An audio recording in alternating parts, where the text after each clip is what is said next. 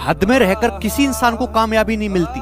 कामयाब होने के लिए तो हद पार करनी ही पड़ती है। इसलिए जी जान लगाकर पढ़ाई करो। नमस्कार दोस्तों, जैसे स्वागत है आपका रोशनी अपने अंधेरों को चैनल मिटा रिजल्ट देती लर्निंग है, पे। वैसे हम लोग ही पढ़ जो रहे आप हैं पढ़ाई हिंदी आज साहित्य कर रहे हो, का ये इतिहास। आपकी गरीबी मिटाने हिंदी का साहित्य के एकमात्र महत्वपूर्ण विकल्प इतिहास है। में टीजीटी पीजीटी के लिए जो बहुत ही इम्पोर्टेंट है, और जो है आने वाले जितने भी एग्जाम जहाँ पे हिंदी साहित्य का इतिहास से प्रश्न पूछे जाते हैं, उन सब के लिए बहुत ही इंपॉर्टेंट है। पिछली क्लास में 50 क्वेश्चन देख लेते, आज उसी के आगे 50 क्वेश्चन और देखें जो बहुत ही इंपॉर्टेंट होंगे आपके लिए, यानी कि आने वाले एग्जाम के लिए टीजीटी पीजीटी के लिए। अब देखिए आयोग भी बन गया है, कल जो है आयोग भी बन गया है, तो इसलिए परीक्षाएँ होने की संभावना बहुत जल्द से जल्द है। इसलिए आप लोग तैयारी में लगे रहिए और जल्दी से जल्दी जो है अपना कोर्स कंप्लीट कर लीजिए, और उसी के साथ जो प्रैक्टिस करते रहिए। इससे आपको क्या होगा, तैयारी मजबूत होगी, और जो है आने वाले एग्ज़ाम में इससे आपको बहुत सारे क्वेश्चन देखने को मिलेंगे।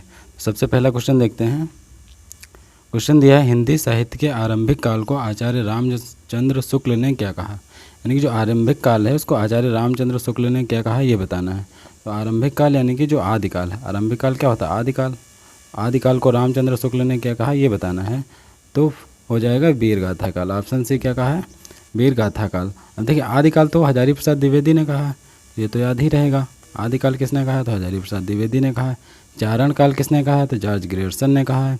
वीरगाथा काल रामचंद्र शुक्ल ने कहा है। और सिद्ध सामंत काल किसने कहा है, तो ये भी याद रखेंगे, तो ये राहुल सांकृत्यायन ने कहा है। राहुल सांकृत्यायन, ये आप लोग याद रखेंगे। 4 दिए हैं, चारों ऑप्शन आप लोग याद रखेंगे। अब अगला क्वेश्चन है, वीरगाथा काल का कवि नहीं है, यानी कि वीरगाथा काल का कौन सा कवि नहीं है, ये बताना है। 4 ऑप्शन दिए हैं, चंद्रवरदाई, नामदेव, जगनिक, मधुकर। तो चंद्रवरदाई भी वीरगाथा काल के कवि हैं, जगनिक भी हैं और मधुकर भी हैं। नामदेव नहीं है, तो ऑप्शन बी इसका सही हो जाएगा। नामदेव जो हैं ये वीरगाथा काल के कवि नहीं है। नामदेव किस काल के कवि हैं, तो याद रखेंगे आप लोग, भक्ति काल के कवि। किस काल के कवि हैं, भक्ति काल के कवि हैं। ठीक, देखिए 4 काल थे, आदिकाल, भक्तिकाल, रीतिकाल और आधुनिक काल। तो आदिकाल को रामचंद्र शुक्ल ने वीरगाथा काल कहा था। अलग अलग नामकरण किए हैं अलग अलग विद्वानों ने। तो ऑप्शन नामदेव, नामदेव क्या हो जाएगा, ये भक्ति काल के कवि हैं, इसलिए वीरगाथा काल के कवि नहीं हैं। अब अगला क्वेश्चन देखते हैं। अगला क्वेश्चन है, वीरगाथा काल के सर्वश्रेष्ठ कवि माने जाते हैं। सर्वश्रेष्ठ मतलब जो सबसे श्रेष्ठ हैं वो कवि कौन माने जाते हैं, चंद्रवरदाई माने जाते हैं। चंद्रवरदाई ने कौन सी रचना की थी, अभी आप लोग याद रखेंगे, पृथ्वीराज रासो की रचना की थी। पृथ्वीराज रासो की रचना किसने की थी, चंद्रवरदाई ने की थी, ये भी आप लोग याद रखेंगे। ठीक है, और जगनिक, दलपति विजय, इन्होंने भी बहुत सारी रचनाएं की। विद्यापति ने सब पदावली की रचना की है, पदावली की रचना याद रखेंगे। अगला क्वेश्चन है, पृथ्वीराज रासो के रचनाकार, अभी हमने बताया पृथ्वीराज रासो के रचनाकार कौन हो जाएंगे, चंद्रवरदाई हो जाएंगे। ठीक, तो ये सो है इंपॉर्टेंट क्वेश्चन है, ये आप लोग याद रखेंगे। फिर अगला क्वेश्चन देखते हैं। अगला क्वेश्चन है, कबीरदास की भाषा थी, और कबीरदास की भाषा बतानी है। तो कबीरदास की भाषा कैसी थी, सदुक्कड़ी भाषा थी। सदुक्कड़ी भाषा कहा किसने है, तो ये भी याद रखेंगे। किसने कहा, रामचंद्र शुक्ल ने कहा। रामचंद्र शुक्ल, इन्होंने क्या कहा, कबीरदास की भाषा को सदुक्कड़ी भाषा कहा। और एक चीज़ रखेंगे, पंचमेल खिचड़ी भी इनकी भाषा को कहा गया है, यानी कि कबीर की भाषा को पंचमेल खिचड़ी भी कहा गया। ये किसने कहा, तो ये श्याम सुंदर दास ने कहा, श्याम सुंदर दास। तो ये आप लोग याद रखेंगे। फिर अगला क्वेश्चन है, कट कटान कप कुंजर भारी, दो भुजदंड तमिक महिमारी, डोलत धरिन सभापत खसे, चले भाज भय मारुत ग्रसे। अब ये पंक्तियाँ दी गई हैं, तो ये पंक्तियाँ के रचयिता पूछ रहा है, तो रचयिता कौन हो जाएंगे, इसके रचयिता हो जाएंगे तुलसीदास। तुलसीदास ने रामचरितमानस की रचना की है, ये भी आप लोग याद रखेंगे। रामचरितमानस की रचना की, और भी इनकी रचनाएँ हैं, गीतावली है, दोहावली है, बरवे रामायण है, तो बहुत सारी रचनाएं हैं तुलसीदास की, वो भी याद रखेंगे, बहुत इंपॉर्टेंट रचनाएं हैं। तो अगला क्वेश्चन देख लेते हैं। अगला क्वेश्चन, नयन जो देखा कमल सा निर्मल नीर शरीर, हंसत जो देखा हंस भा दसन नगहीर। ये प्रस्तुत पंक्तियों का रचयिता पूछ रहा है, तो इनके रचयिता कौन हो जाएंगे। 4 ऑप्शन है, तुलसीदास, जयशंकर प्रसाद, जायसी या कबीरदास। तो जायसी इनके रचनाकार हो जाएंगे, और जायसी का पूरा नाम क्या हो जाएगा, मलिक मोहम्मद जायसी। मलिक मोहम्मद जायसी, ये भी आप लोग याद रखेंगे। पूरा नाम उपनाम भी पूछ लिया जाता है, तो मलिक मोहम्मद जायसी जो हैं इन व्यक्तियों के रचनाकार हो जाएंगे।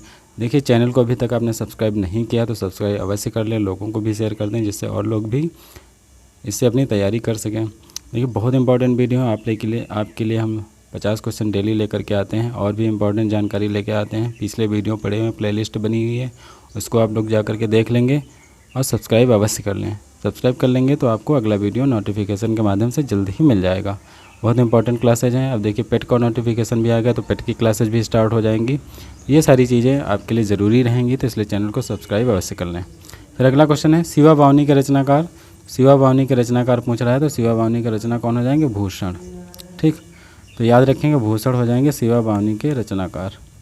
फिर अगला क्वेश्चन है इसमें, नर की और नल की गति एकई कर जो है, ये दिया है पंक्तियाँ, जे तो नीचे है चले ते तो ऊंचे हो। ये प्रस्तुत पंक्तियों के रचनाकार पूछ रहा है। 4 ऑप्शन दिए इसमें। फर्स्ट है तुलसीदास, फिर है महावीर द्विवेदी, महावीर प्रसाद द्विवेदी, फिर बिहारी लाल और केशवदास। 4 ऑप्शन दिए, 4 में कौन सा हो जाएगा? बिहारी लाल। यानी कि नर की और नल की गति एक ही कर जो है, जे तो नीचे हैं चले ते तो ऊँचे हो। जितना नीचे जाएंगे उतना ही ऊपर होते जाएंगे। ये किसकी पंक्तियाँ हो जाएंगी? बिहारी लाल की हो जाएंगी। ये भी याद रखेंगे। फिर अगला है सखी व मुझसे कहकर जाते। देखिए सखी व मुझसे कहकर जाते, बस इतनी पंक्तियाँ दे रखी हैं। इनके रचनाकार पूछ रहा है, इनके रचयिता कौन है? तो इनके रचयिता कौन हो जाएंगे? मैथिली शरण गुप्त। कौन हो जाएंगे रचयिता? मैथिली शरण गुप्त। एक चीज़ ये भी याद रखेंगे आप लोग, मैथिली शरण गुप्त को और किस नाम से जाना जाता है? तो राष्ट्र कवि कहा जाता है, राष्ट्र कवि। और राष्ट्र कवि की उपाधि किसने की थी? तो महात्मा गांधी ने इनको क्या कहा था? राष्ट्र कवि कहा था। ये भी आप लोग याद रखेंगे। ठीक, तो ये राष्ट्र कवि भी कहे जाते हैं मैथिली शरण गुप्त।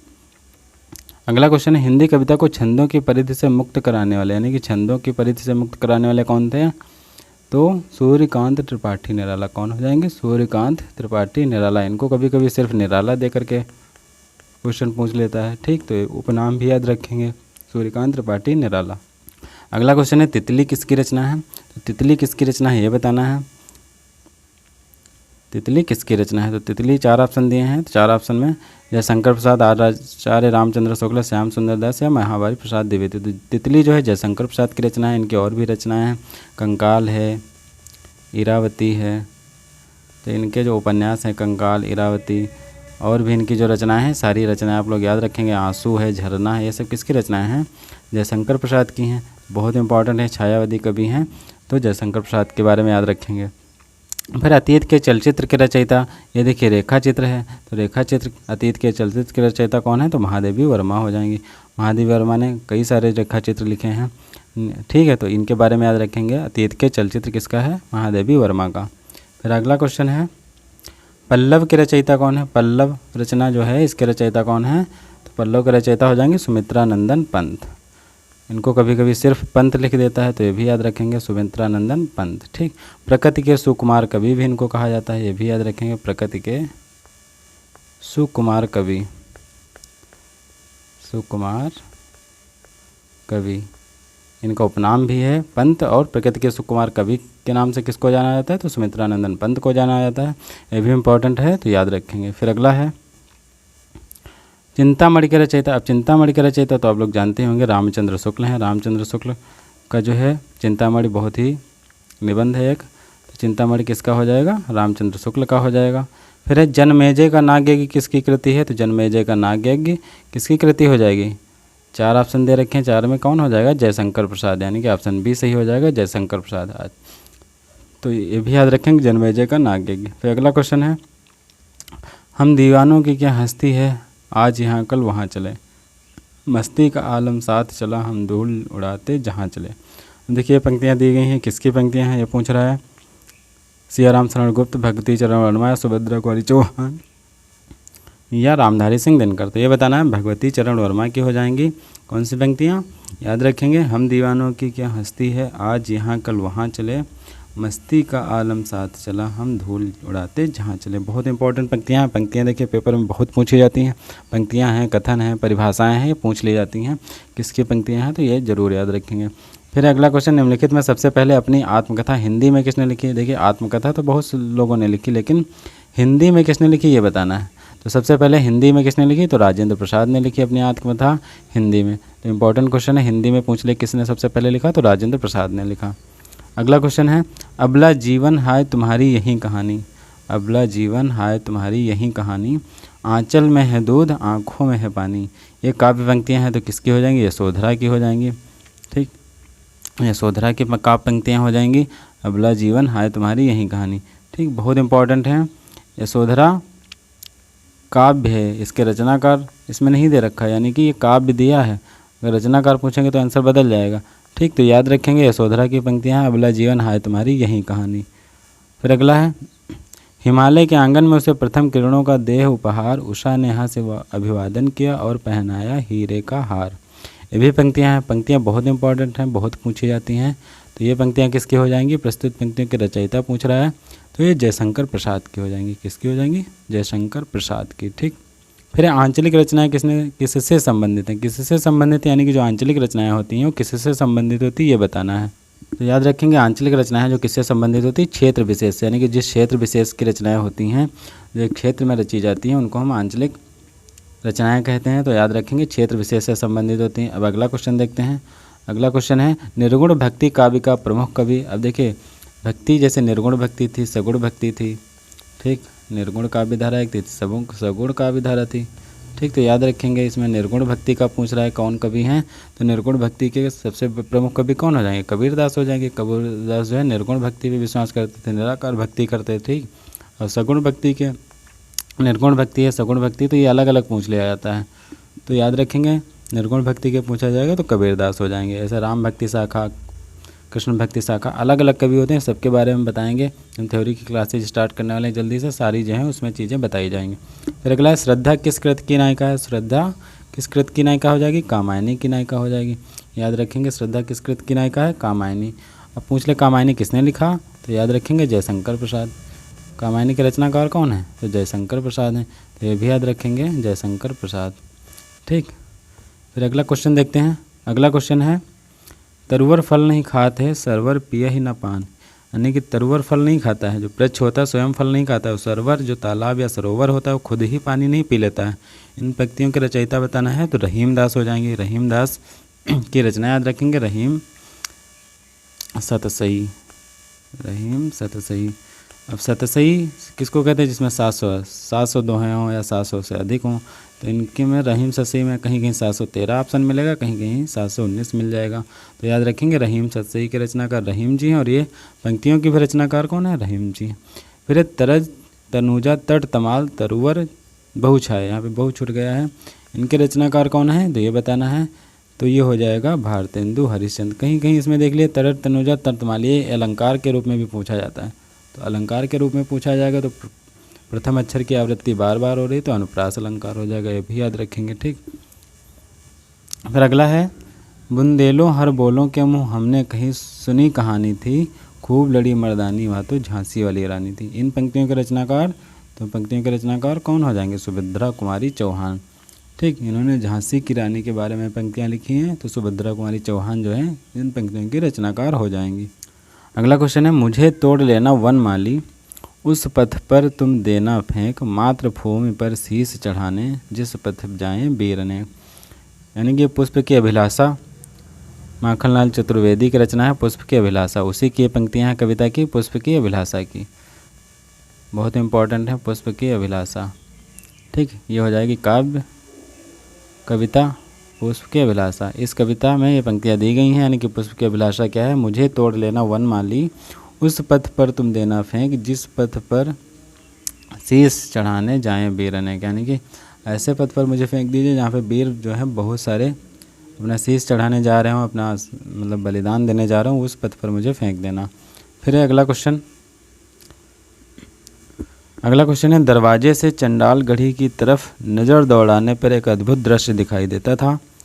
इन पंक्ति के रचनाकार कौन है? तो पंक्तियाँ देखिए, ये हो जाएंगी राहुल सांकृत्यायन की। किसकी पंक्तियाँ हो जाएंगी? राहुल सांकृत्यायन की।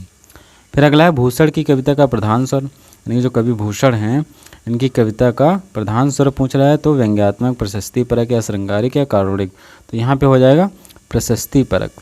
यानी कि प्रशस्ति परक रचनाएं वीरगाथा काल में प्रशस्ति परक ही रचनाएं होती थी। जो वीरगाथा काल था उसमें प्रशस्ति परक, यानी कि जो राजा महाराजा होता था उनका कवि लोग गुणगान करते थे, उनकी प्रशस्ति में रचनाएँ करते थे।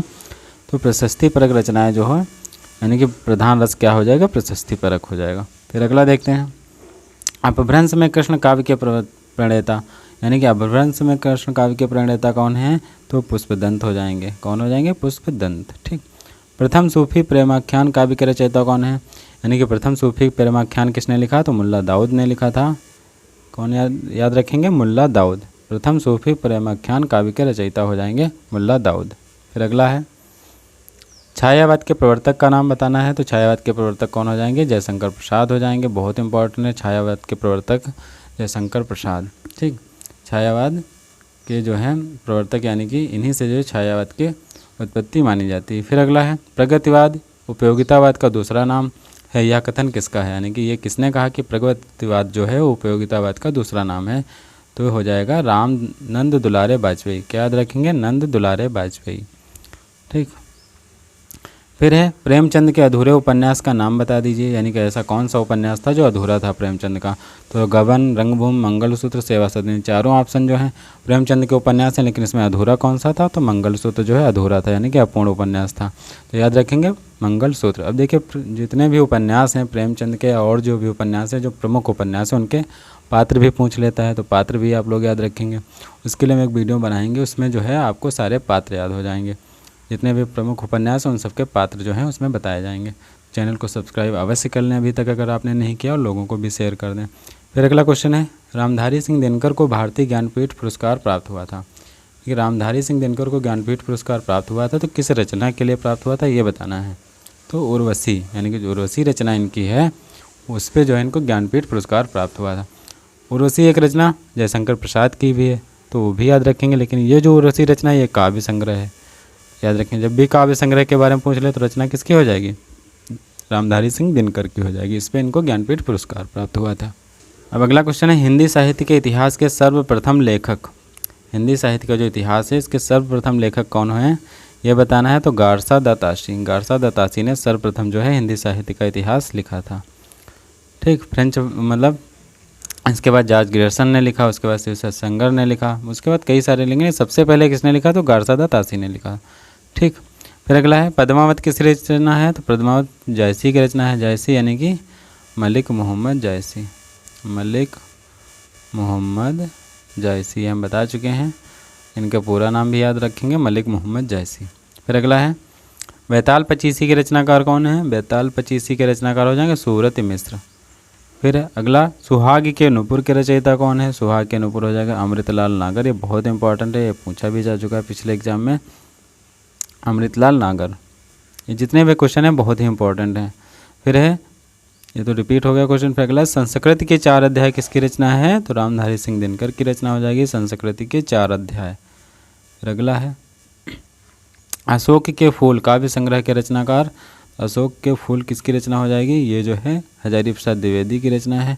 ये काव्य संग्रह है, ये भी याद रखेंगे। कभी कभी विधाएँ भी पूछ लेता है कि कौन सी रचना किस विधा की है, तो काव्य संग्रह ये भी याद रखेंगे। फिर अगला है झरना काव्य संग्रह के रचनाकार। तो झरना, आंसू, लहर, कामायनी, ठीक, ये सब किसकी रचनाएं हो जाएंगी? कंकाल, तितली, हीरावती, ये सब किसकी रचना है? जयशंकर प्रसाद की रचना है। तो झरना किसका है?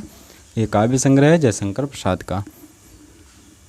अगला क्वेश्चन देखते हैं भारत भारती काव्य के रचनाकार कौन है? तो भारत भारती काव्य के रचनाकार मैथिली शरण गुप्त हैं। इनके बारे में हमने बताया था, इनको जो है राष्ट्र कवि भी कहा जाता है, तो ये भी याद रखेंगे। और रचना किसकी है? भारत भारती मैथिली शरण गुप्त की। फिर है दोहा कोश के रचयिता। दोहा कोश के रचयिता कौन हो जाएंगे? सरहप्पा हो जाएंगे। और एक चीज़ याद रखेंगे, सरहप्पा को राहुल सांकृत्यायन राहुल सांकृत्यायन के द्वारा प्रथम कवि माना जाता है। ठीक, तो राहुल सांकृत्यायन ने किसको कवि माना है? पहला कवि तो सरहप्पा को माना है, भी याद रखेंगे। अब अगला क्वेश्चन है प्रेम सागर के रचनाकार कौन है? तो प्रेम सागर के रचनाकार हो जाएंगे लल्लू लाल। सदल मिश्र दिया है, तो सदल मिश्र की रचना इनकी कौन सी है? नासिकेतोपाख्यान। नासिकेतोपाख्यान रचना अगर पूछे तो किसकी हो जाएगी? सदल मिश्र की हो जाएगी। लल्लू लाल की कौन सी है? प्रेम सागर। ठीक, फिर पंच परमेश्वर कहानी के लेखक कौन है? तो पंच परमेश्वर कहानी के लेखक कौन है? प्रेमचंद हैं। एक इनकी रचना थी सोजे वतन, जिसको अंग्रेजी सरकार ने जब्त करवा लिया था, इसकी प्रतियां जलवा दी थी। ठीक, सोजे वतन, ये भी क्वेश्चन पूछा जा चुका है। तो प्रेमचंद की कहानी हो जाएगी पंच परमेश्वर। मानसरोवर इनका एक काव्य मतलब कहानी संग्रह है, भी याद रखेंगे। मानसरोवर में बहुत सी कहानियाँ लिखी, कहानी संग्रह है, तो ये भी याद रखेंगे, प्रेमचंद का हो जाएगा। फिर अगला देखते हैं तोड़ती पत्थर कविता के कवि। तोड़ती पत्थर कविता के कवि कौन है ये बताना है। तो सूर्यकांत त्रिपाठी निराला। कौन हो जाएंगे? सूर्यकांत त्रिपाठी निराला। फिर हार की जीत कहानी के कहानीकार कौन है? तो सुदर्शन है। हार की जीत के कहानी के कहानीकार कौन हो जाएंगे? सुदर्शन। देखिए 50 क्वेश्चन थे जो हमने आज को आप प्रैक्टिस करा दी। अगले वीडियो में 50 क्वेश्चन और देखेंगे जो बहुत ही इंपॉर्टेंट होंगे। जितने भी क्वेश्चन हैं बहुत ही इंपॉर्टेंट हैं। आप लोग चैनल को सब्सक्राइब अवश्य कर लें अगर अभी तक नहीं किया, और लोगों को भी शेयर कर दें ताकि और लोग भी वीडियो को देख सकें। 50 क्वेश्चन आप इंपॉर्टेंट हैं, याद कर लीजिए। इसके पीछे जो वीडियो हैं वो भी आप देख लीजिए, वो भी बहुत इंपॉर्टेंट क्लासेज हैं, उसमें भी 50-50 क्वेश्चन कराए गए हैं। वीडियो कैसा लगा ज़रूर बताएंगे, कमेंट एक ज़रूर करेंगे। तब तक के लिए धन्यवाद, मिलेंगे अगले वीडियो में। नमस्कार।